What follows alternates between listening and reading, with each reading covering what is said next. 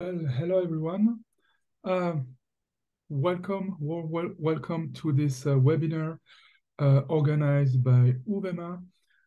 It's a great pleasure to welcome you here, and I would like to greet you from my side and from the side of Bengt Kayser, who is my colleague, and we are both directors of the UVEMA.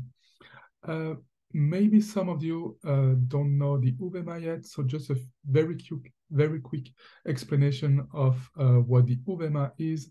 It's the Academic Observatory for Cycling and Active Mobilities at the University of Lausanne. We are a research center on cycling, on active mobilities. Of course, we do research, but we also organize events. We want also to create debates on how to make cities and regions more cycling friendly.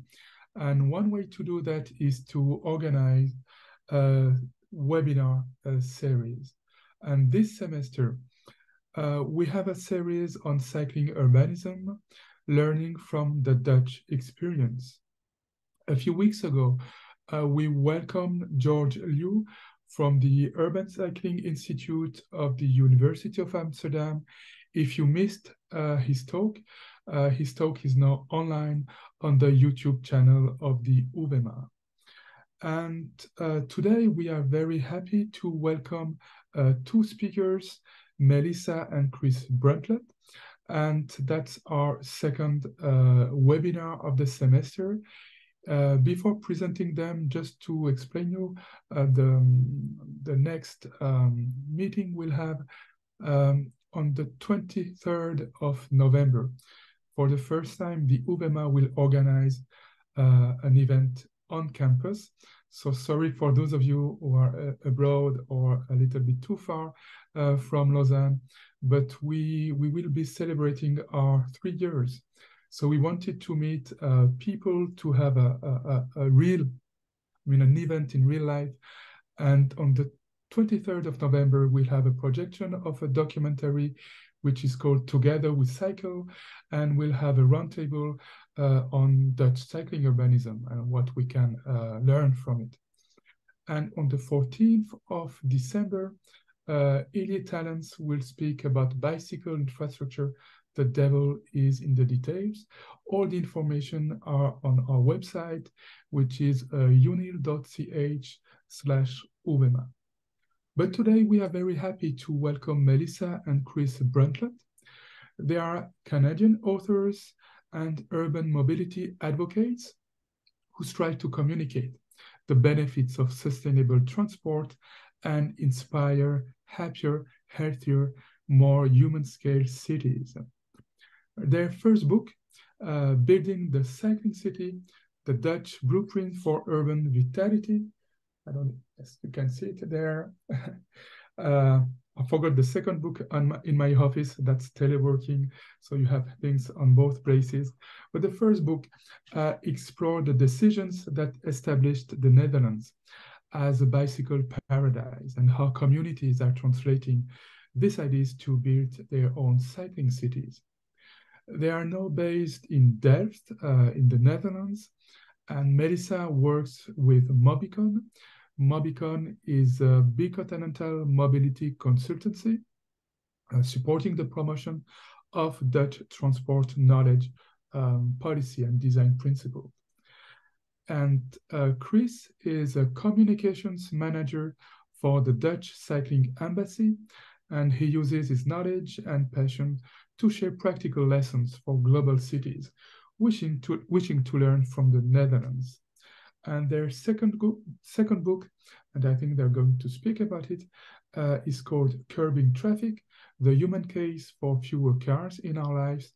And it was published 2 years ago by Island Press. So before giving them the floor, just some housekeeping stuff.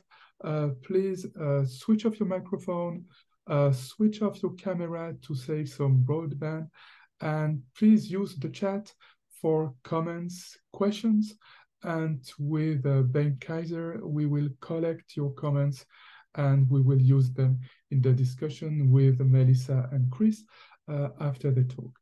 So thank you very much for having accepted our invitation. and the floor is yours. Right. Thank you very much. I will quickly share my screen. There we go. Okay. And yeah, thank you to UVEMA for having us and inviting us to participate today, and Patrick for that introduction.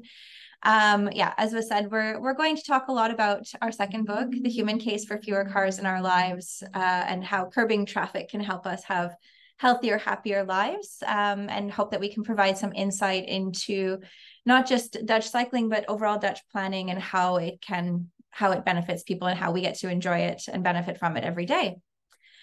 Just a little more about myself. So it was said I work at Mobycon, where I am a strategic advisor, and I specialize in equity and inclusion around engagement and communications, getting to work with public and private partners on both this side of the Atlantic and in North America as well, and other areas of the world. So it's always a joy to be able to have these conversations and connect with other people in this field and provide some insights from my own learnings.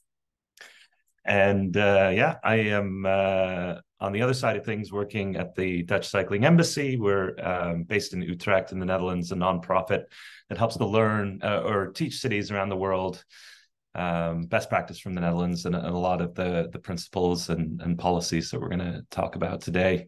Yeah, we made the leap from Vancouver to Delft in 2019, which has formed the inspiration for curbing traffic. And the presentation today will be mostly based around the findings of that book, with a little bit of building the cycling city tacked on to the end. So some of you may be familiar with this rendering. It's quite I think, an iconic piece of futurism. It's from 1958. A very interesting time in urban and transport planning, where cities were really rebuilding themselves around the car after the Second World War. From the top down, the autocrats had decided that cities were a machine for living, working, and shopping, and the three functions of the city would be separated from each other, and we would all be driving cars long distances to get between those various functions. And I think very quickly they realized they had a number of problems with that vision of automobility, not the least of which is it assumes 100% car ownership for all, which is obviously impossible, but also ignore the externalities that come with having so many people driving long and distances and fast speeds, insofar as the lack of safety, the collisions, the physical inactivity that comes with living your life immobily. And furthermore, the problem with the tragedy of the commons, that is, when you've got almost an unlimited number of people using a limited amount of space, you can never actually build enough lanes and enough parking to alleviate the congestion. So the industry set about this vision of automotive techno-utopian future that meant if we apply enough technology to the problem, that we would ultimately fix it. The reality for most of us nowadays, though, is all of that advancement in terms of automobility and looking ahead to the future of how can we build technology into our driver systems are coming to a place where capacity has been met. We no longer have space in our cities for an increasing number of vehicles. And while a shift to electrification, be that for personal vehicles or larger fleets, is a positive step forward in terms of sustainability, it's still working within the same finite space. So scenes like this, which were part of our daily commute back in Vancouver, are very common in a lot of cities. And there are a lot of externalities, as Chris already said, that we take for granted when we're designing for the future. We say electric cars will save us. It'll provide this future vision of happiness and equality and freedom for everyone. But not taking into account the current conditions that we're all living in. And all it is really shifting like for like. So we need to be thinking differently about what a more sustainable, what a more inclusive and equitable future looks like beyond just automobiles. So when we talk about those externalities, yeah, we tend to focus on the quantitative, that is the things that we can measure. And I think, well, we set about trying to put our finger on the qualitative and all the things that we've lost with the rise of automobiles on our streets, not the least of which is our children's ability to roam and exist in the city. This is quite a famous illustration of Sheffield in England, where within just 4 short generations, the residents of that city have lost the ability to move around independently, autonomously. It really encapsulates this larger challenge with so many parked and moving cars on our streets. Now, children are unable to go about their daily travels to school, to sports, to other after-school activities, friends' houses, etc., without being chaperoned by the parents. And we're raising this backseat generation, a phrase that was coined by Dr. Leah Karsten from the University of Amsterdam, that's really, it's quite a sad state of affairs that children are growing up in the backseat of a car with no connection to their neighbors, their neighborhoods, and they require their parents to supervise their travel virtually everywhere they go.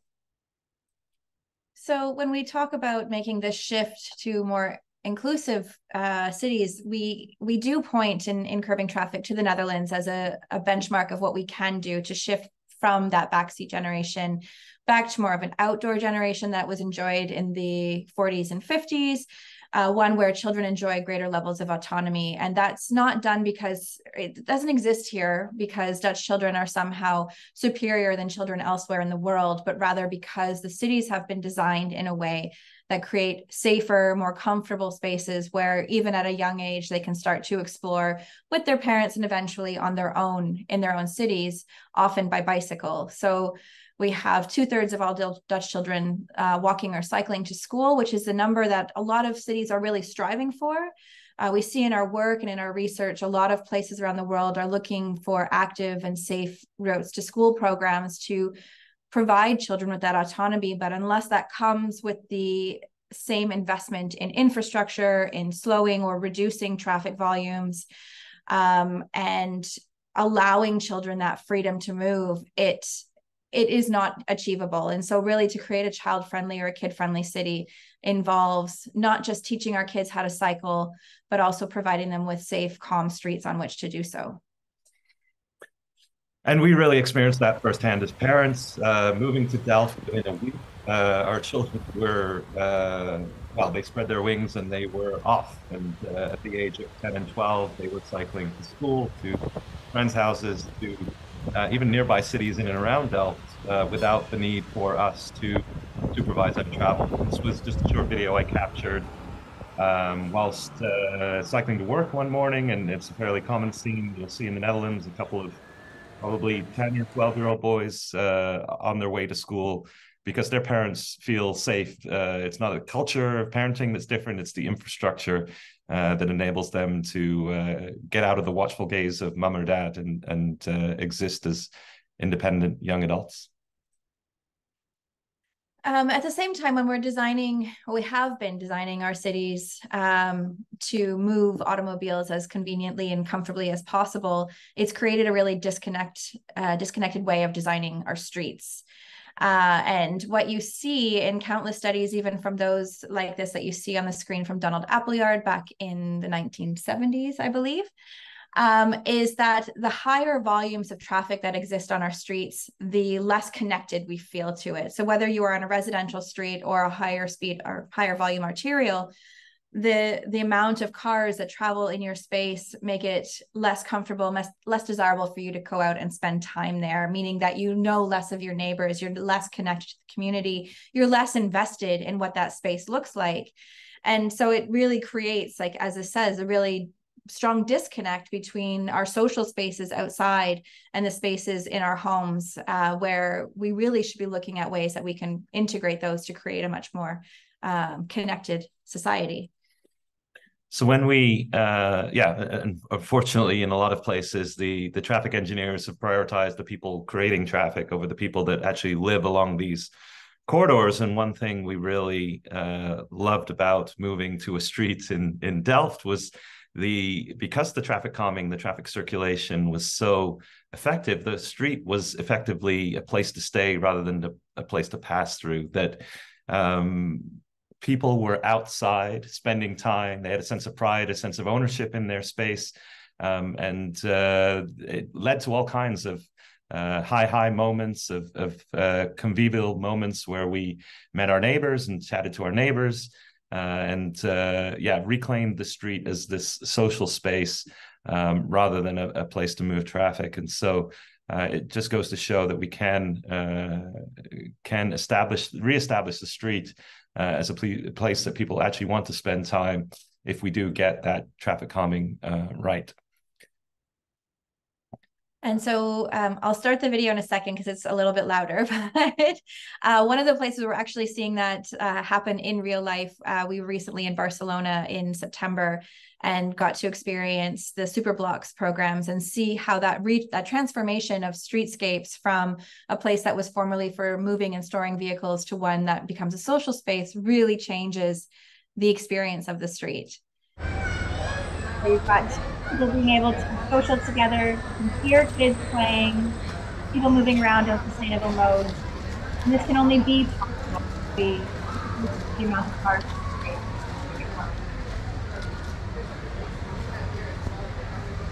It's worth noting that, yeah, Superblocks does not completely ban car traffic from these roads. It just reduces it to status, that is 15 kilometers an hour, and forces it, rather than go through the block, to make a turn to circulate out towards dedicated arterial roads, which is something that cities in the Netherlands have been doing for decades, but cities like Barcelona are starting to do to differentiate between local traffic and through traffic, to push the through traffic inside of these residential and commercial areas, and reclaim that space where people actually want to decide, and all kinds of people in different age groups. You've got intergenerational connection, you've got teenagers, you've got teenagers that all together in the same space being social. Okay. So we spent some time in the third chapter of Curbing Traffic exploring the impact that our mode of transportation has on our trust levels. And I think it's a really fascinating area that's still being explored. But the fact of the matter is, when we spend time wrapped in steel or glass, when we spend time staring at the rear end of a vehicle in front of us, we view everything on the street as an obstacle, whether it's a pedestrian, a cyclist, or another car.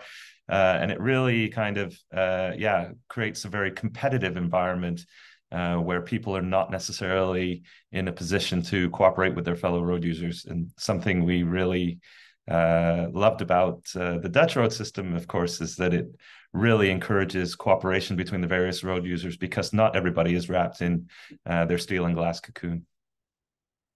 So this inherently builds, when you're not moving around sheltered from everyone else, it inherently builds a greater sense of trust with the people you're moving around with and people outside of your proverbial bubble, because you're exposed to people of different ages, different backgrounds, different, varying genders and abilities. You start to create more of a trust of how people move through the city. And one of the things that comes from this is this ability to see each other. You're forced to make eye contact with people to understand how they're going to move, and to trust that when they say they're going to turn right, for example, they indicate as such that they're going to do that, and you can predict each other's behavior. And this inherently creates a much more calm experience of the city, much more trusting. Again, it builds back to this idea that, children can roam freely because they know the adults around them will be looking out for them while they're moving through the city, whether that's on foot or on bicycle or other micromobility modes. So this whole idea of reducing or curbing traffic and creating more space for walking, cycling, and other slower modes of moving really starts to build the trust in the city of how people can move. So we used an example from Rotterdam, which is maybe a fairly car-dominated, at least in the Dutch context, example, but this is a beautiful example of an intersection that works perfectly fine without any traffic lights, without any artificial controls.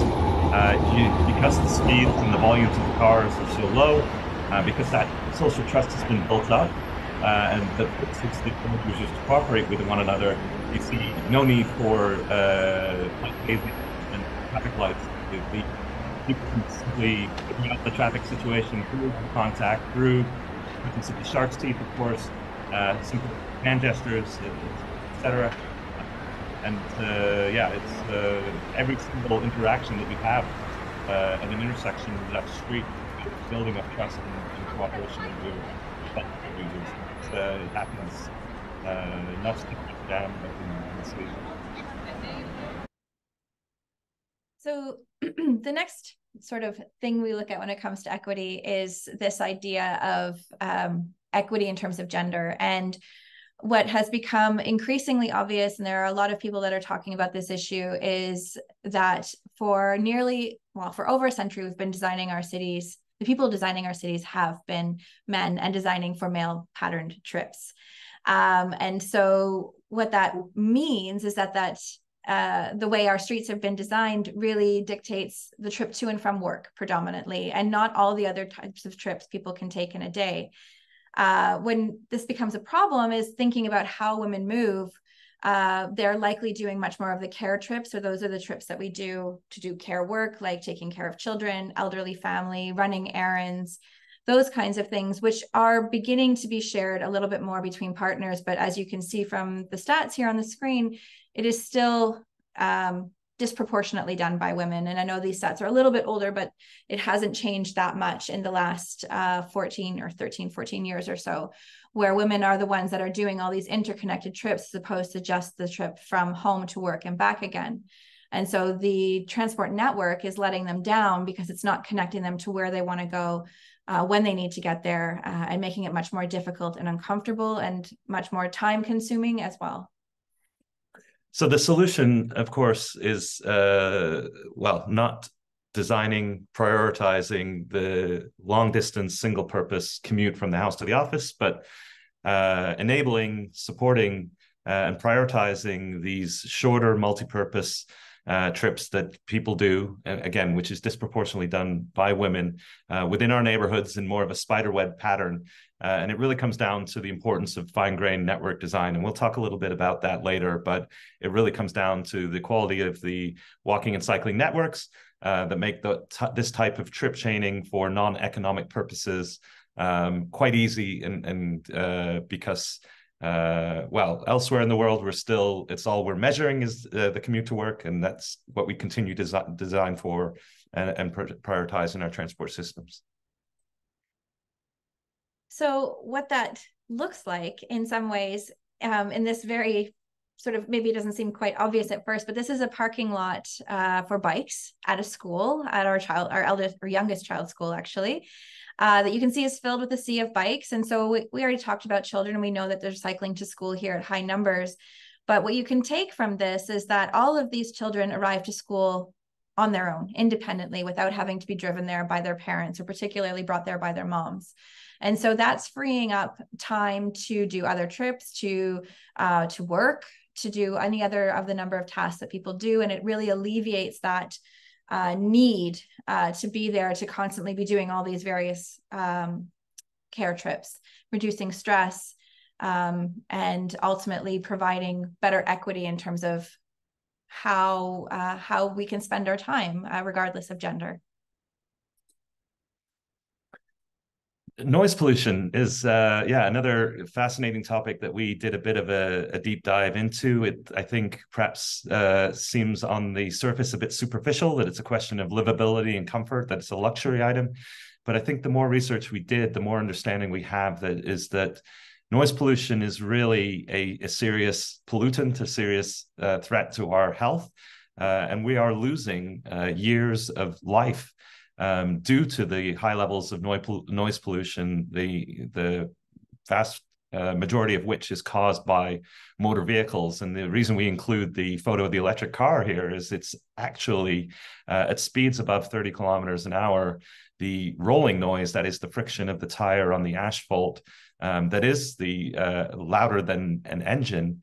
And any switch to electric vehicles will actually make this noise pollution even worse because of the heavier vehicle with the wider tires. So we have to be careful not to see electric cars as a panacea here, but part of a larger problem that's actually affecting our sleeping patterns, our cardiovascular system. And there's even research emerging now that connecting noise pollution to levels of dementia. So yeah, it's not just a nice to have, it is a serious health problem in cities around the world. And so, yeah, obviously there's a bit of a pattern. We present the problem and the solution here is definitely to reduce the prevalence of cars in our cities. And we're seeing that in countless places throughout the Netherlands of lots of city centers shifting towards low car city centers, limiting that traffic to residence or logistics deliveries only, and even in limited to certain times of day.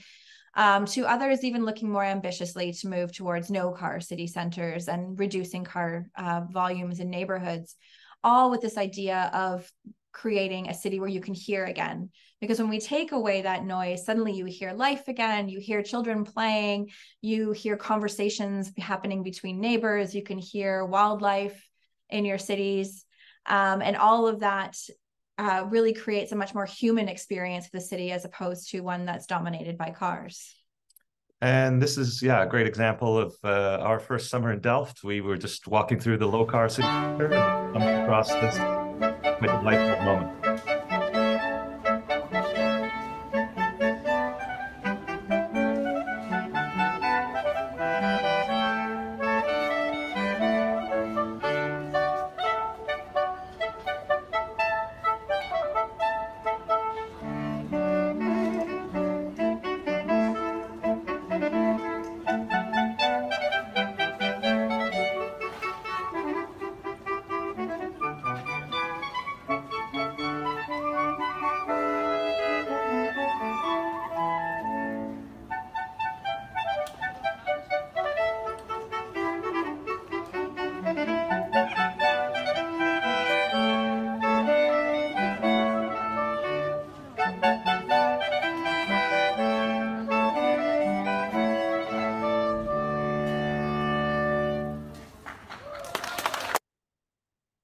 Just a wonderful little moment that we can probably assume wouldn't have happened in the same or be experienced in the same way in another context. So taking all that into account, the freedom to move, the more trusting elements that can come together, you can start to make this link between urban design and mental health. When we're spending a lot of time in a car, in this more stressful environments, in areas of fight or flight, that when you're around a lot of noise, around a lot of traffic volume can cause, it leaves us in this constant stressed state, which prolonged over time can have a really negative and does have a really negative impact on our overall physical well-being, but also our mental well-being. If you're constantly in this state of stress, it actually has an impact not only on your sleep patterns, but on your cardiovascular system, on your ability to move your body healthily. You're losing that face-to-face contact with people that releases oxytocin. And so all of this needs to be taken into account, and unfortunately hasn't been in how we've designed our cities, where we've been designing more for advancements, more for speed, more for convenience, and largely for the automobile. And so it's only with shifting that we can really start to address those kinds of things. So in speaking to Dr. Robin Mazumder, a good friend of ours who studied this, he did his PhD on the impact of urban design on mental health. He identified 3 ingredients to good mental health. And the first is movement. It's quite simple that exercise may be one of the best medicines we can give our body insofar as creating those feel-good chemicals and helping us to recover from stress. The second is access to nature, that is walking in the forest or by a lake or along a river. That's differentiation in colors and textures and experiences also has a restorative effect on our daily levels of stress. And then finally, the face-to-face contact that we've talked about, that oxytocin shot that we get when we just bump into somebody that we know goes a long way in terms of providing us with the feel-good chemicals and helping us to heal and restore from stressful jobs. And these were all things that we really appreciated living in Delft, living in the Netherlands during the pandemic when we were all locked up.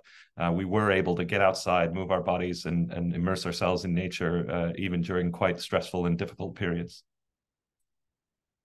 So that looks a bit like what you see here. This is a bike ride that we took just outside of Amsterdam. So you can think of Amsterdam as this very dense, busy city, but within a 20-minute cycle ride, you're cycling in the polders, you're surrounded by trees, there's water nearby. And these are very simple elements that when combined have a very therapeutic impact on us. The variations of light, of color. Obviously, I think there's a lot of studies out there around the links to well-being and being near water.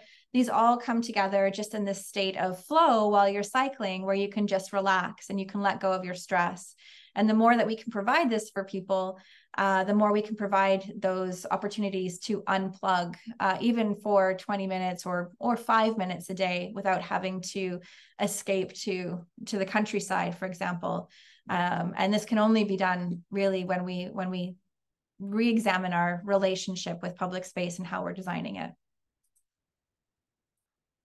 Yes, this is a topic that we have to deal with a lot of sensitivity, but it's invariably when you start talking about disadvantaging cars and building cycling infrastructure, you get this pushback. We believe it's in bad faith from people in a lot of cases don't necessarily have a physical disability or know somebody, but there's this idea that people with disabilities are reliant on their cars and need unfettered automobile access to participate in society. And through our research, we found that, that's kind of a myth. And in fact, up to 60% of people living with a disability in the United Kingdom don't have access to a car, compared to 27% of the general population. So in prioritizing unfettered car access for everybody, we're actually creating these disabling environments that disproportionately disadvantage people with a physical disability. So what that actually looks like in terms of an accessible city is one where we're not necessarily designing cycling infrastructure, but rather mobility infrastructure for people that might be moving differently. So those moving in adapted cycles, on mobility scooters, using walkers to get around, for thinking about how the visually impaired experience the city, those that are neurodiverse.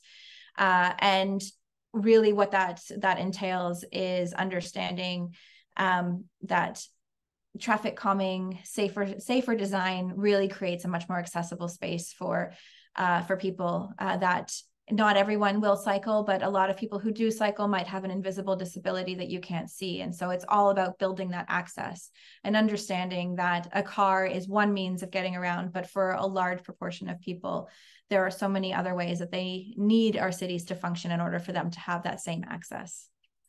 And nobody really embodies that idea of access in the true meaning of the word access than our friend Maya, who we were lucky enough to interview for this chapter of Curbing Traffic. A delightful woman who was unfortunately diagnosed with multiple sclerosis about 15 years ago. Her driver's license was taken away. But in the low car environment that is delved within the cycling infrastructure, the mobility infrastructure that exists, and the low car center, she's really able not just to function, but to thrive in that environment, and able to drop her kids off at school in the morning, able to run to the grocery store, the library. She's taking classes at a nearby university. She's able to function with the same level of independence and autonomy as anybody else. And it's really inspiring to see her. We actually followed her around for a day with a GoPro and watched her live her life. And she's actually originally from Tel Aviv and has had a lot of pressure from her family to move back to Israel, but she's politely declined, knowing what she would be giving up. That is quite she'd be giving up her freedom and her autonomy to be back on the footpath, on a cluttered footpath environment, not able to fulfill her daily needs. So we're quite inspired by Maya's story, and we will continue to share it as much as we can.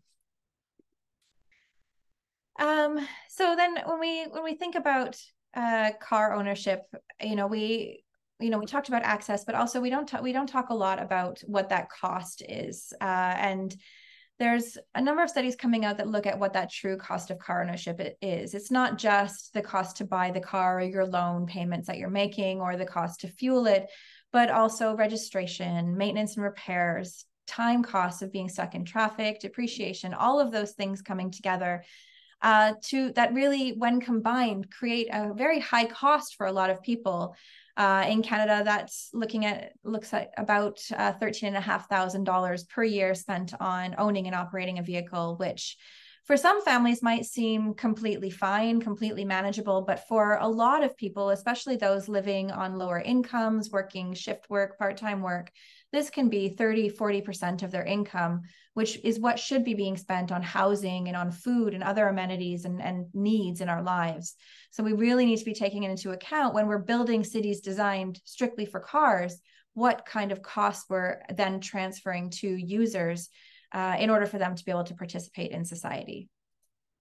So in the Netherlands, that means not just the cycling, of course, which is in and of itself is a low-cost transport solution, but using cycling as a feeder mode for the public transportation system, the buses, trams, and trains that spread across the country. And the amazing statistic that we pulled out was that it's 4/5 of the Dutch population is within what is a 30-minute cycle ride of a train station.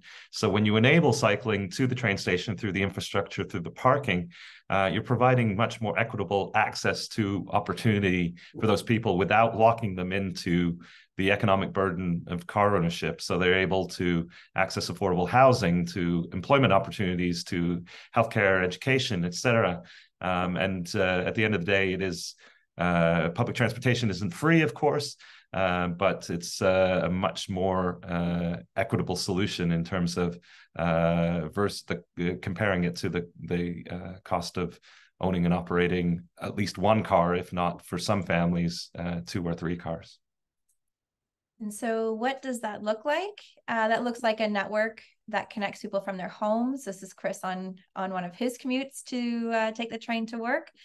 Connecting it right into a bike parking facility that is right above the train station. So Chris can hop off his bike once it's parked and go down to the platform. And it's not we don't show this to show you the massive parking garage and for you to ooh and ah over that, but I mean, that's obviously part of it. But more to understand that with this simple connection, with making it seamless for people, you're providing another choice.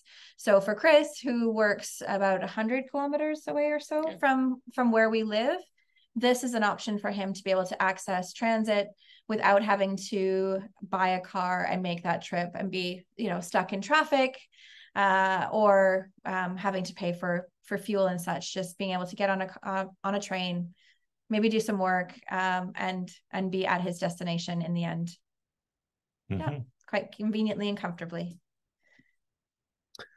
So this is obviously a topic that really reared its head during the pandemic, but I think we're becoming increasingly aware at how fragile one-sided car-dependent transportation systems are to these crises, these outside shocks and interferences that the 21st century, unfortunately, will hold an increasing number of, whether it's a pandemic or a research shortage or an extreme weather event.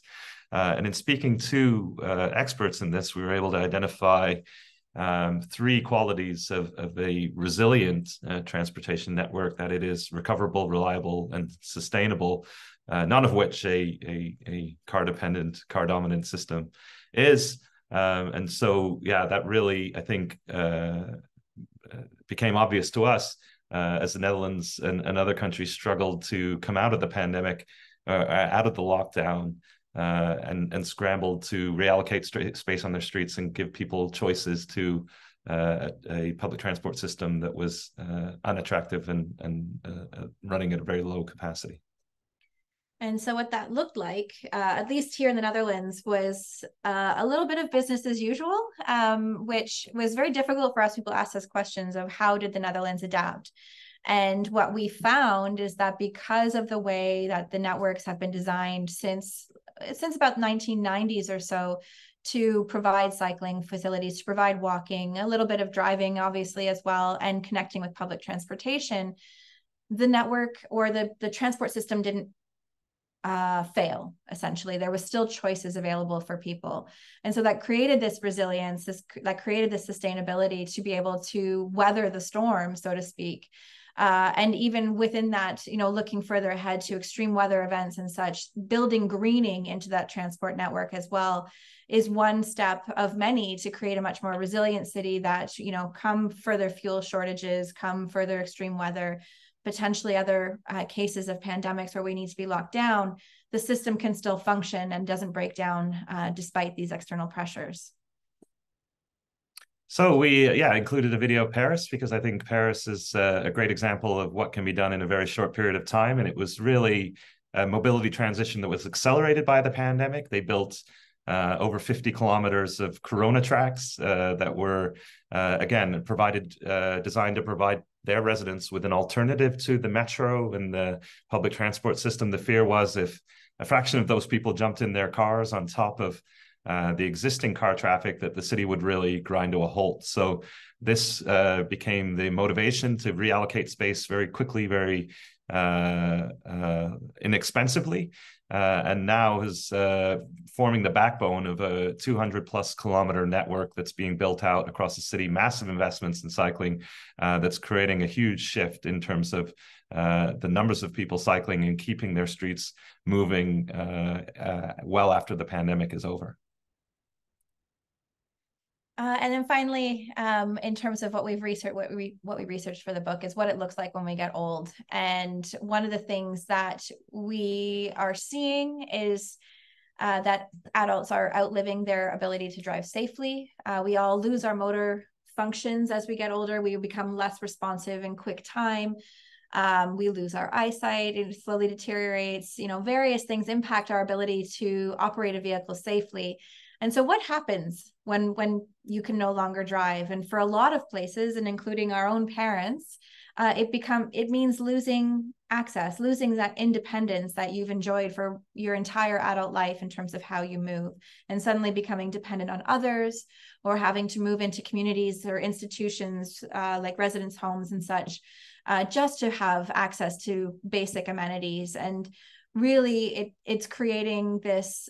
Well, we're going to see, as this next wave of people age into seniors and older adults, is that increase in rates of depression, isolation, all sorts of other health impacts of not being able to just get outside and be around other people and age in place.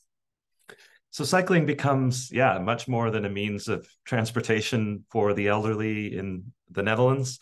It really is a means of continued participation in society. It helps them age in place, age on the streets and in the neighborhoods where they perhaps were born and raised, without forcing them to be institutionalized or housebound. The fact being that it's the 65+ age group that actually cycles more than any other adult category within the Netherlands, in part, again, due to the infrastructure, due to the traffic calming, and of course, now more recently, due to the rise of the electric bicycle, which is giving them access to their daily needs without forcing them to cling on to that driver's license for as long as humanly possible. And so it's just another video capturing what that looks like in real time. We were cycling along and stumbled upon a gentleman on a tricycle cycling through Delft. He does have a cane on the back of his bike, so when he gets off, he can walk around. But all of this is just to say that he's not dependent on other people to experience his city. He is in charge of how he can move around. And that is a vital thing that we need to be giving our senior citizens, that we need to give them the respect they deserve as they age, to be able to remain a part of our communities and a part of our societies. All right, so that was the human case for fewer cars in our lives. We are going to put, we've got a couple more slides to go, and we'll try and move as quickly as we can so we can move to questions. But here we just wanted to make the point that cycling is not the end goal. You've heard a lot about bikes from the two of us. We work for cycling-focused organizations, but really cycling is not why Dutch cities have done what they've done insofar as creating this infrastructure. It's cycling seen as a tool to reduce that car dependency, to shift from a car obligatory society to a car optional society. And so we're going to spell out, 5 things that your city can do, drawing from building the cycling city, to hopefully start that shift or accelerate that shift to a more car optional built environment.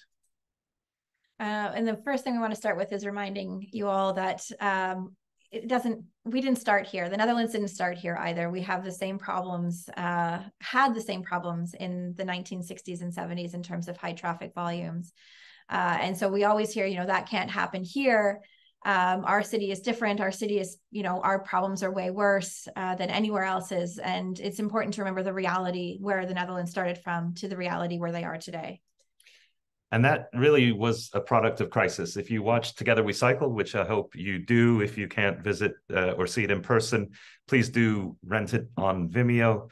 There were two really prevalent crises in the 1970s in the Netherlands, a road safety crisis and an oil crisis that really formed the impetus to pivot away from what was, increasingly becoming a car-dominated system, to build that resilience into their mobility system, to hopefully, create a more diversified and balanced network that would weather future shocks and interferences. So that involves thinking at the network level. And I think we've used that term a lot throughout this presentation, is the network. And I think a lot of traffic engineers tend to focus on what the car network looks like, but we need to be thinking about where the cycling network, public transportation networks, walking networks as well. And what you see here is a map of what that can look like here in the Netherlands.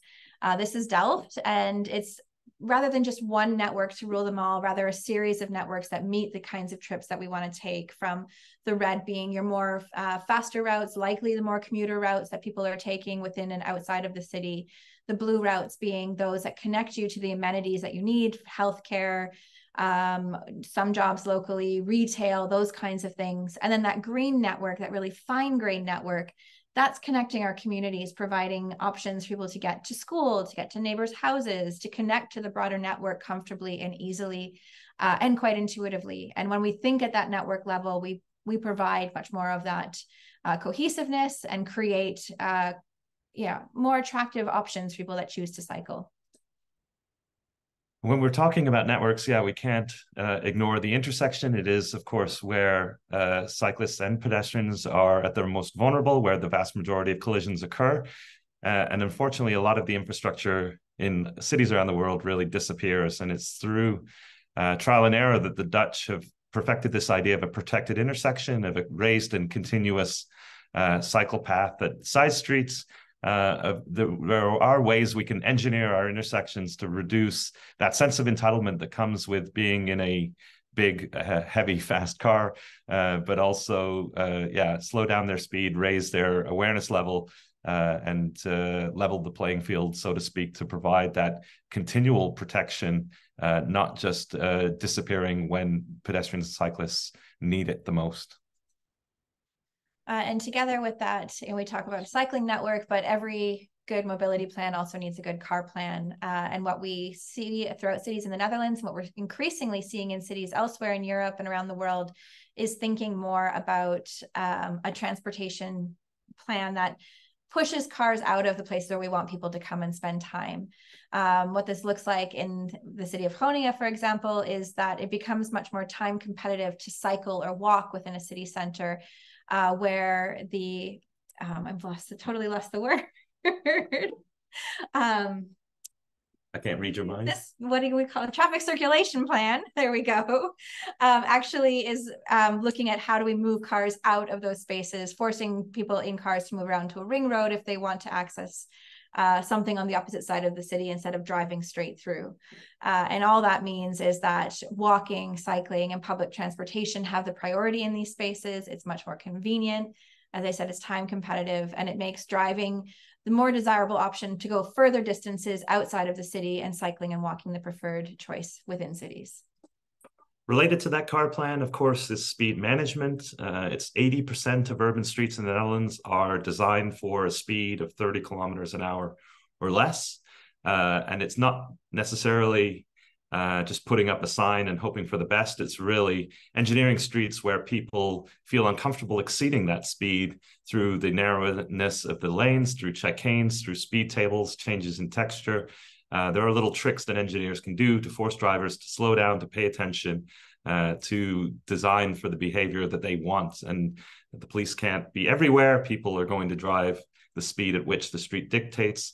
And if there is excessive speeding on a given street, then it's not seen as an enforcement or an education problem. It's actually sent to the engineers to redesign for a slower speed. And of course, we've talked about this already, but we can't stress enough how important it is to use bikes to feed public transportation, not just rail travel, but also buses, trams. Linking these two modes together really helps to provide greater choices for people that are outside of just car ownership and car operation. And that includes thinking about bike parking. Where do people store those bikes when they're using public transportation? Can it be safe and secure? How do we make this option as attractive as possible for people? And linking these two and providing those facilities is one of several ways that we can get more people to see non-car travel as an option for their daily lives. All right, so we made it. Having come full circle, yeah, that 1958 rendering of a autonomous future continues. This vision that Motordom has, the promises that they keep making of a safe, accessible, congestion-free commute, continue to perpetuate this idea that we shouldn't be seeking simpler, more effective alternatives. The Peloton Corporation sees us exercising in our cars. If you see other renderings, people are working, sleeping in their cars. We can do better, and we ourselves are trying to change that narrative. We hope you, in your own daily work, also try to change the narrative that we should be building our streets for autonomous people rather than autonomous vehicles. And we can make that choice if we just change our perspective a little. So with that, we reached the end. Just a reminder about our two books. So we've talked a lot about Curbing Traffic, The Human Case for Fewer Cars in Our Lives, which is our second book that came out in 2021. And of course, if you want to look at some of those examples of applying a lot of what we've talked about, building the cycling city, the Dutch Blueprint for Urban Vitality is a great case study of what that can look like, not just in the Netherlands, but around the world. So I'm going to stop sharing and we have time for questions. Yes, thank you very much for your talk. I think very inspiring. Maybe we are a little bit jealous to see what's going on in the Netherlands, but we knew it when we designed this webinar series.